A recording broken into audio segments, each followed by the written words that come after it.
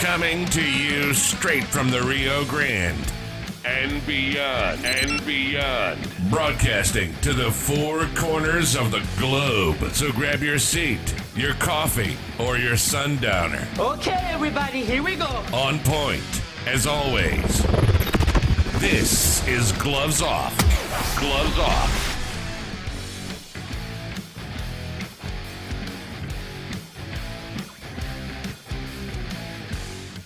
Back at you in Gloves Off. I'm Professor Buitrón. I'm here with Master Rick Fowler and one of the Kenpo icons of Texas. And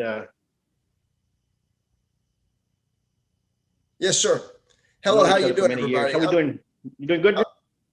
I'm Rick Fowler. Yeah, my started martial arts when I was 14. I think it paused. Is it you? We got a problem? It's fine now. Okay. Ready? How did you start the martial arts and so on and so forth? And how did you go in the road? Back when I started at 14, there was only one or two schools in Irving, and they were all at the parks and recreation centers. And one of my friends had started, and it was Shore and Rue. So I got started in the Shore and Rue under Keith C. and Dave Davis, some of my old instructors. Maynard Claxton, some of those old guys back 100 years ago. And Keith C was pretty prominent at the time. He was a pretty high level fighter. He had beaten Alan Steen in his tournament back in, 64 maybe. So he was very well known. And he had just converted over into the Kenpo under Steve Snelson. And so that's kind of how the whole thing got started here at Irving, Texas. And then I started training with Keith C again in Kenpo back in 71. That's after I converted over from the Shore and Rue after a sabbatical or some time off.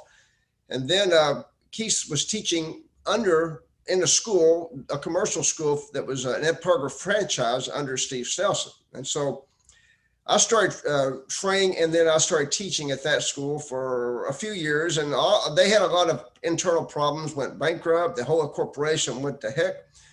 And then David Siniceros, he was in this area. I started training with David in his school in North Dallas, and then that school went bad. They finally went out of business, and then I actually bought all of the equipment that David had in his school. For a couple $100, not much, opened up a school in Irving in a warehousing district, and I stayed there for 8 years. And then I moved into a small school on Beltline Road and started there.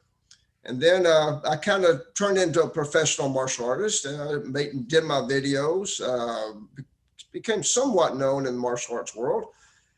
And now, 46 years later, I'm sitting in a 400 square foot school, semi-retired because of this coronavirus. And I'm teaching 10 hours a week, working part-time, waiting for everything to clear up. And maybe one day I'll reopen a big school and go back into the commercial industry. For right now, I'm doing other arts, Sistema, Filipino martial arts, doing a lot of cardio, fitness, bicycling, such as that, trying to maintain cardio and such as that. I'm 67, and so that's pretty much, in a nutshell, a short story of my time in the martial arts.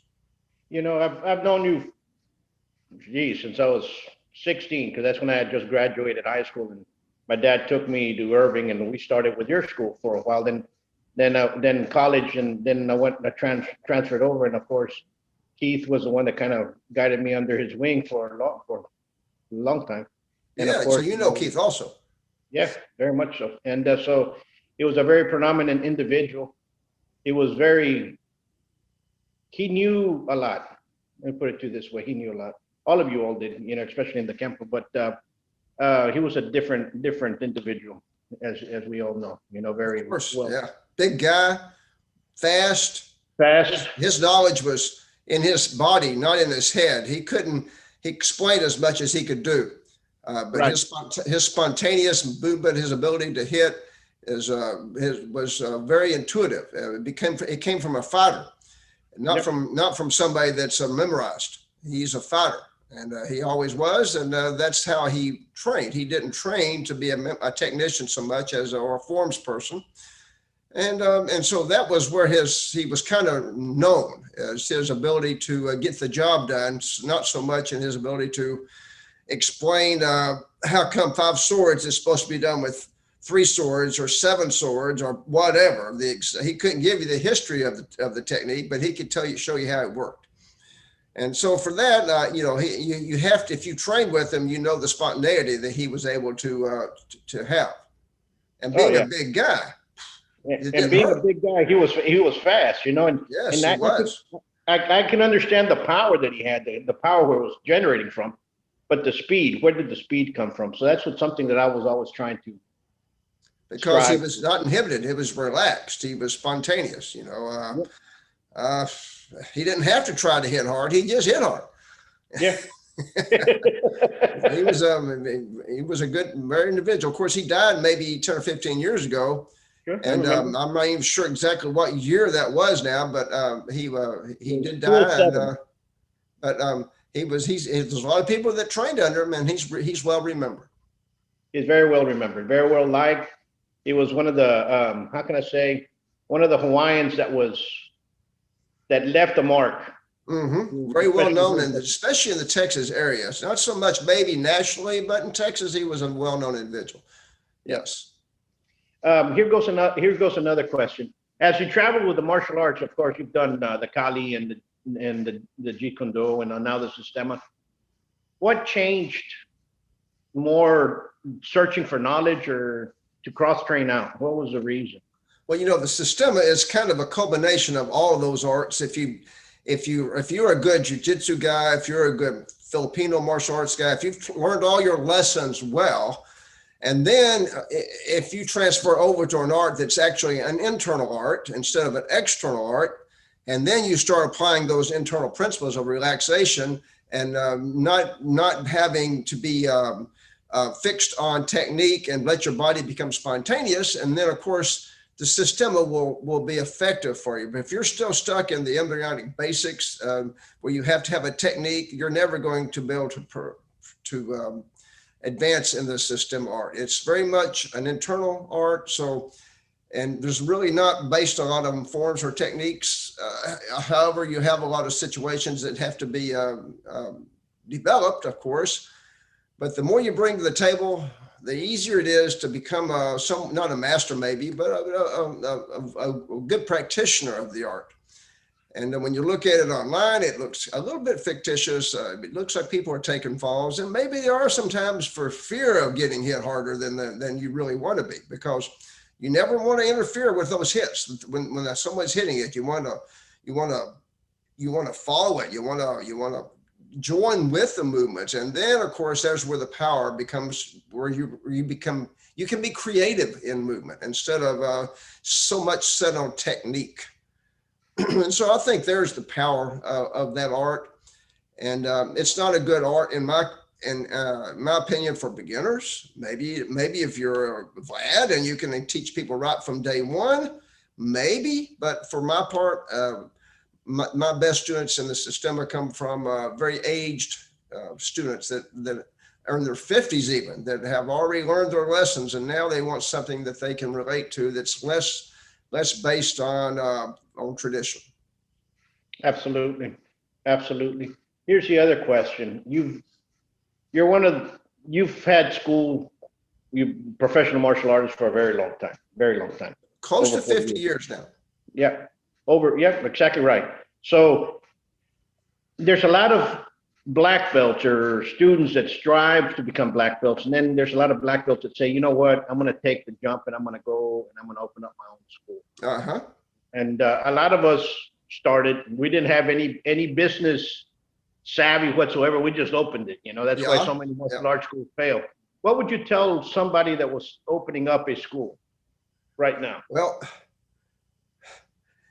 the more successful martial arts, not to be derogatory of anybody, but if you're a good businessman, you're better off you can probably have a martial arts school better than if you're a good martial artist. You need to know the business well. And then if you can apply the business to your school and you happen to be a good martial artist on top of all that. But I've seen good businessmen do better schools than good martial artists, compassion, feelings for people, not knowing much, but being friendly. People will follow somebody they trust and like, but they're not going to follow somebody that's abusive to them. Very few. And the people that are following them aren't going to be there to pay for it. They're the ones that have been abused already. And now they don't care if anybody else is abusing them. They think that's normal. That's what happens in life. People get abused. And so if you're a martial artist and you have an instructor that has zero skills, but is friendly and happy, and you got trust in him, yeah, he'll probably do well. Now you get someone that's really loves the art and can develop those areas also, which I had to do because my examples were not so much like that, as you know. So hard school people came up hard knocks, and they weren't necessarily had instructors that they could trust always. So anyway, I think that has a lot to do with it. Finding an instructor that has both. And that's what needs to happen, because a lot of schools, and with this pandemic since last year to now, there's been way too many schools that have been open for a very long period of time. That have been open, all of a sudden, they're no longer. And schools that had 100 students, 200 students, all of a sudden closed down the doors and are no longer. Yes. And have you seen our COVID pandemic really striking the martial arts industry? Of course.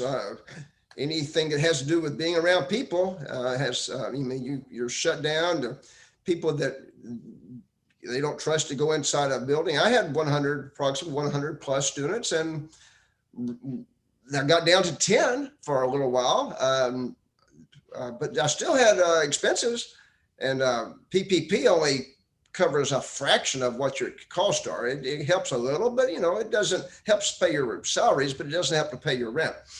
And so the government did a lot to help people that were professional martial artists. They took advantage of that to where they could help them a little. It's kept some of the employees working, but for the most part, it was somewhat of a little bit of a disappointment. But I survived. And if you've been around for a long time and you can reduce your size, which I did. Now, some of my colleagues have kept their school. They haven't had to downsize much. They've kept all their instructors, staff. They've went and done everything on video. They're out in the park. So there's ways of circumventing the circumstances that were thrown at us. But here again, those are top businessmen. Those guys have learned their lessons over the years on how to survive and do it through technology. And some of the dinosaurs, me included, have had a little bit more problems in doing that. I might say you might be part of that group. They're dinosaurs. We're older. We've been around a long time. Yeah. I wouldn't say for sure. You can tell me. No, but it's true. It's true. And we saw it. I saw Grandmaster Orduño's, a great Gaji Kenpo practitioner, huge school in Houston. It's no longer, because of everything that came out, and some people have been around a long time and they're older, and this maybe they think is they're out. I can leave now and nobody's going to blame me. I've been looking for a way out. Maybe he's 70, maybe he's 75, maybe he's had enough. Who knows? 50, 60 years. Maybe you want to teach in your garage and just maybe he's well invested. Who knows what his story is? He knows. But sometimes it's hard to rebuild after going back to zero and starting over. If you don't have that fire, you have to have a fire to make that happen. You need some young people under you. That's exactly right. You need to always have the students to come up. Here's another question. For a parent, this will be directed towards a parent. For a father or mother that's looking to enroll their student. So there's so much out there. There's so many flavors of the martial arts out there. How would you tell that parent martial arts is for your child or it's not? Well, you go into the school, you talk to the other parents, find out what they think. Look at their history. watch their and how their instructors are interacting with the students. Look at a black belt and see what kind of quality the black belt has. How much time does it take to get to black belt? We had an instructor here that could get you a black belt in 1 year in Irving. He was from another country, and he promised you a black belt. And then when you got your black belt, it was a $2,000 testing fee. Well, yeah, of course, you get that black belt in a year, you know, you're losing a student maybe, or in that case, the $2,000 covered your next year's tuition. And of course, you got your next black belt after 1 more year. And so those are the schools you might want to try to avoid, because you're probably not going to have a lot of only motivation seemed to be the amount of money that you pay for the black belt test. So if you could just look at some of those red flags, and as someone that's walking in not knowing anything, you have no idea what to look for. And so if you can look at that, just like you would buying anything else, you know, don't jump in and just make a hasty decision without some research. I think that would be a smart idea. Go to more than one place. Absolutely. Or at least if you have friends, you can trust your friends and they're there. And maybe that might be another tell. Not always, you know, but it could. Absolutely. Well, here goes another one. Out of all the systems that you've done, which is the one you say, this is what has made me now? Would it be Kenpo?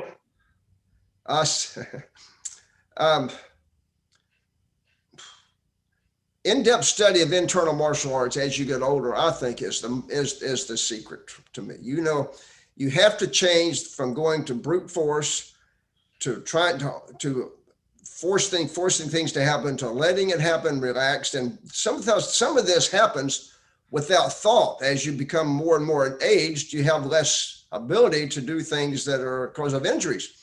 But if you have an art that is actually rehabilitating and requires zero stress on your body, then you have an art that you can continue to grow into your 60s, 70s, 80s. But an art that is non-internal, you can only grow until you're 35, 40, and then you're going to hit a plateau, you're going to dead end, and then you're going to deteriorate forever.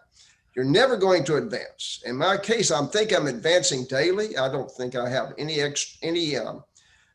more destruction of my body from the time I'm from 8 hours teaching a day, except I'm tired, maybe I'm hungry, but my body's not worn out. And so, yeah, I think finding an art that you can truly relax in and become internal, and that requires your instructor adapting to the art. And you look around at some of the masters of Kenpo, and they're still very hard stomping and stepping and hard stepping. Their knees are going to yield and go away from them quick. So anyway,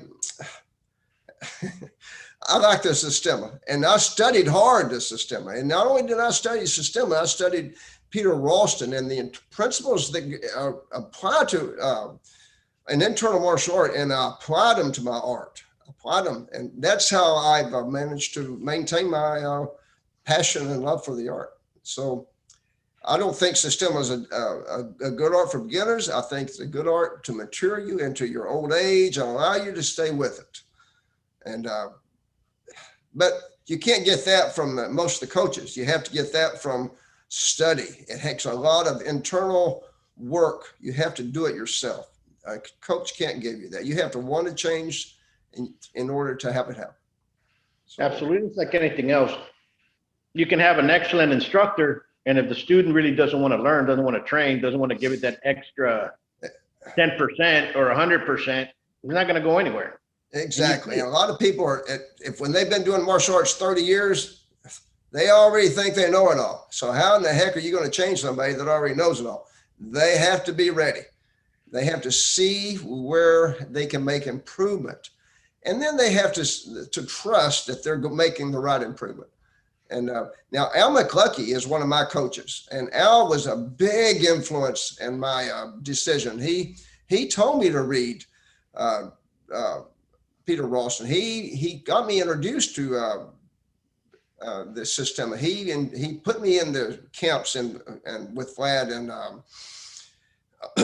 Toronto. I brought Vlad in. I mean, Al McCluskey has been a big influence, and I still daily, talk to him, or at least monthly, not daily, but we communicate regularly on the arts, and we talk a lot. I don't know if you're familiar with Al McLuckie or not, but he's a very famous Filipino, mostly known for his Filipino skills. He's in Fort Wayne, Indiana. But anyway, I highly recommend interviewing Al McLuckie. He is it. And when it comes to a lot of arts, been around longer than I have. It's hard, big guy.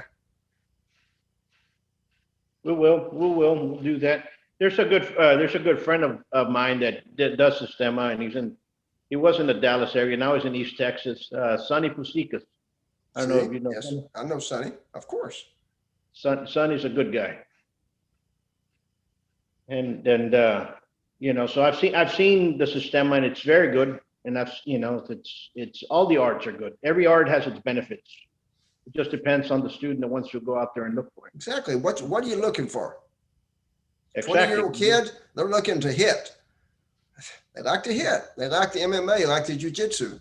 50-year-olds, maybe if they haven't been deadly injured, they want to have an adaptation if they still have a passion for the art. So yeah, everybody has a 20-year-old's hard to appreciate some arts unless you're if you've grown up with it, yeah.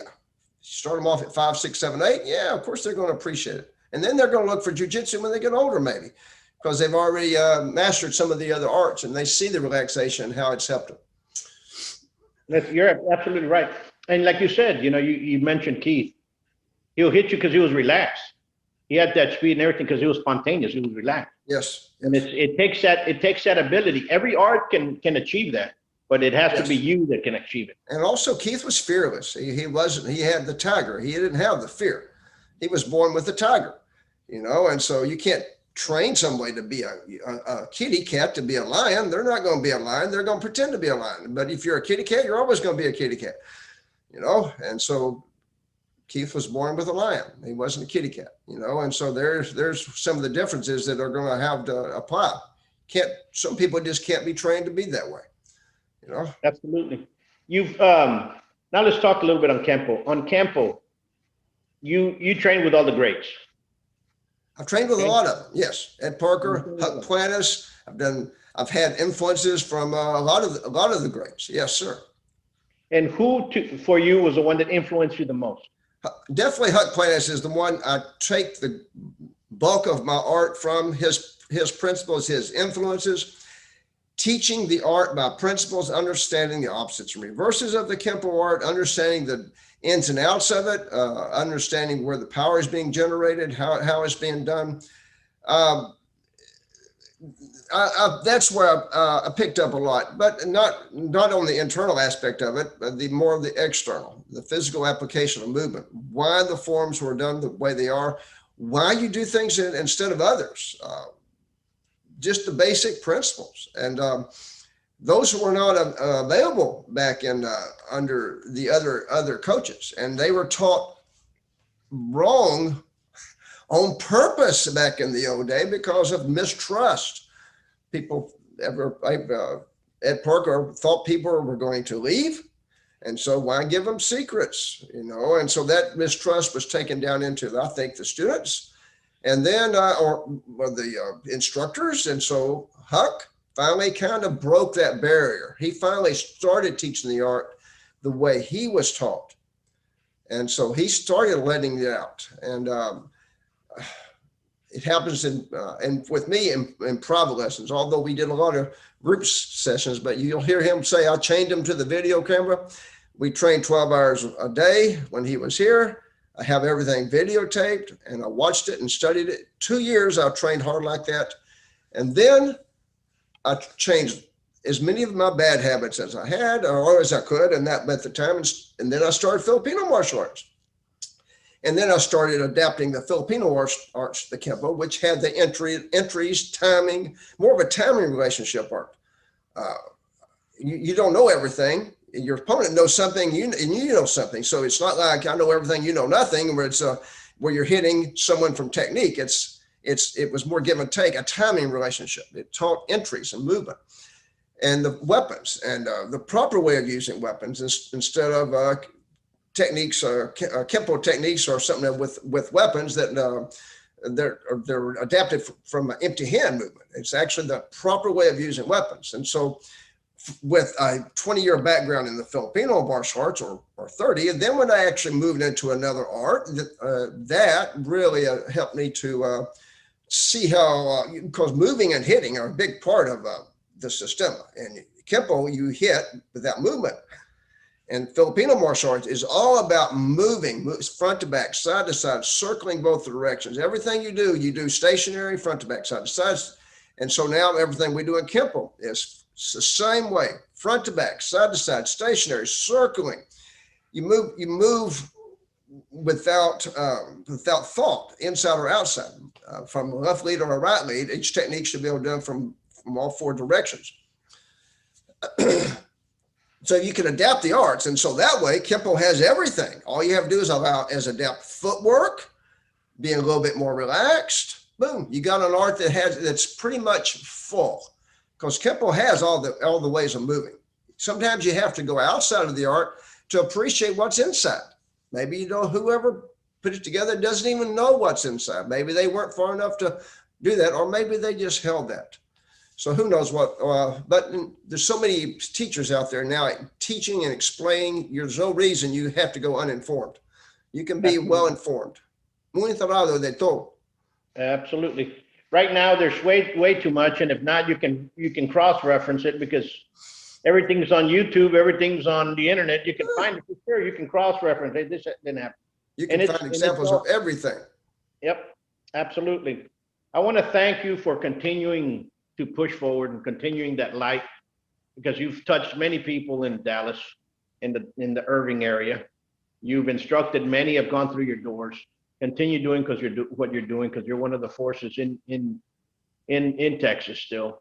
I've also sold videos to maybe 8,000, 10,000 people from Texas all the way to Europe. I had them in PAL, the PAL system. I sent them all over Europe. So people have bought my videos for over the last 25 years. And so it's not just Irving, Texas that we set it up. We had a huge success with videos. Now videos are a little bit outdated. They're not so much the norm. People are doing things from pay sites, and I have one coming out where you can actually train in my art from a site. That'll be coming out probably in the next 60 days. We'll have that all set up where people, now that brick and mortar is kind of a thing of the past, we can actually move into having set up where you can click a button on your computer, have access to the information, and then you'll have access to belt testing and such as that. So absolutely. Like I said, you're continuing passing on the torch in different formats, because times are changing, and when I got involved, there was no, videos here and there were kind of new, and then all of a sudden they went to DVD, then all of a sudden the internet came out, and you know what I'm saying? So and it just continues moving forward. Technology is going to be there, so we have to adapt to that, and I want to thank you for doing it. Well, I appreciate it. You've had your school for the last 100 years. Your school was in Irving also, just 2 miles from mine, 2 or 3 miles from mine. And so we grow both. We're in Irving. We've grown up here, and this is where my hub's been for the last 50 years. Because I was teaching in Ed Parker School, Keith C, before Open Mind 46 years ago. You're absolutely correct. This school right now, you've been here. This is actually the first of the Salat schools in the U.S. This was opened in '88, and my dad and my uncle were the ones that taught it, and I was in Dallas. Mm-hmm. I was in Dallas, and I opened mine over there. '92 was when I opened mine over there, and we were just down the road from you. We were help each other all the time, and that's just the way it has to be. That fellowship amongst everybody else. It's a huge family. Some people might like Salat, some people might like Kenpo, some people might like Judo. Hey, I remember Fred Duggenberg came by my academy one time from Chicago area. He said, "Oh yeah, I'm here to train in Salat." I said, "Really?" I said, "Well, Fred Duggenberg is famous I mean, he was in Chicago. He was famous, and he came down here and he trained with you in your school, I think, if I'm not mistaken. Yeah. Yeah, him and my father were. He came by my school. He said, "You guys are pretty close." I said, "Well, I said we have completely different arts, but it's no big deal. It's like Chicago. How many schools are in Chicago? So I still remember Fred coming by, and I never met him. All I've heard was the myth, and He's a good man. Mike Knopf came by. Mike Knopf was one of my Filipino instructors, and he trained with Al McCluskey in Fred Duggenberg's school when Al was teaching there. So it's just a big circle of people that have been around forever and ever and ever that have a love for the art, that continue to try to find another thing, or another way of learning about it. So, and each master has a different thing to offer. I remember Fred when that came down. He came down and he was training with me, and he was training. My father was up there, and he was with my father, and they got together with Lacan, and they were working with the cane back and forth. And then all of a sudden, let's go get something to eat. And I go, and we went to go eat at IHOP, I think. And right after that, Fred. And the last time I saw Fred was one of my students in Chicago that's now has school there probably for the last 21 years, 22 years of Savat in Chicago. He's a lieutenant commander. And I think the last time I saw Fred must have been about 10 years ago. We passed by his school. I wish him well. He's a good guy. He still has his school. About 10 years ago, he had a school. Okay. 10 years ago, he had a school over in Chicago. It was some kind of like theater or something that was there before. It was a really neat individual. But you can get those buildings. You can have those creative buildings that in Chicago and downtown Dallas and stuff like that, where you can get those type of buildings. Well, we're at Irving and Laredo. You're going to get a commercial type building, the storefront, which is good as well. But and those old buildings have a different flair, like. But I never visited his school, but I don't know. I haven't heard from him forever. But any other questions you'd like to present me with? No, that's it. Something else that comes to your mind that you want to tell folks about? No. I'll just wish everybody luck in this pandemic, and hopefully this thing will pass within the next few months, and we can get back to our normal lives and start having schools without masks. Absolutely. We need to move forward. We need to stop living in fear. We need to be cautious, like always. And us in the martial arts have always been at that sixth sense of awareness. We just have to be aware of our surroundings more so now than ever. And for everybody out there, you all be safe. You stay safe. Until next time, much peace. Adios. Adios. Today, in America, more than 5.5 million men, women, and children train in a martial art regularly. Buitron Academy has been serving Laredo for over 30 years now. Our adult classes are geared for producing the best in you, teaching you street-ready techniques. With the arts of Savat and Kenpo, you'll learn the traditions of these sciences of combat as passed down professor to student. Hello everybody, my name is Senior Grandmaster Alfredo Bandalan, owner of BDP, Bandalan the Siparis. I'd like to say a few words on Grandmaster Buitron. He's a man of great integrity, a man of great knowledge of martial art. He's a master of Savat and master of Eskrima. He's a man that can help you to become what you want to be. He's a man that teaches people how to be somebody in life, how to work the world, how to be happy in this world. He's a man that I can say holds many integrity as well as in martial art.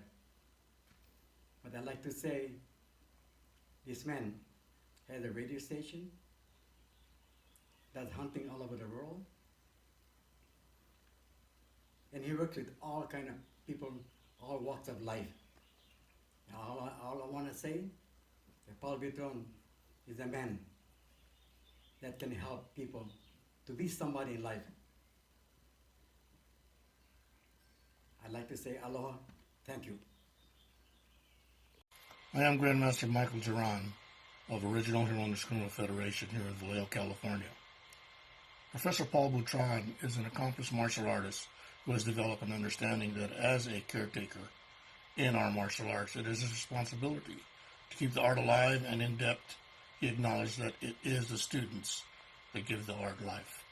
I hold his friendship and his continuing accomplishments in the art in the most highest regard. Thank you.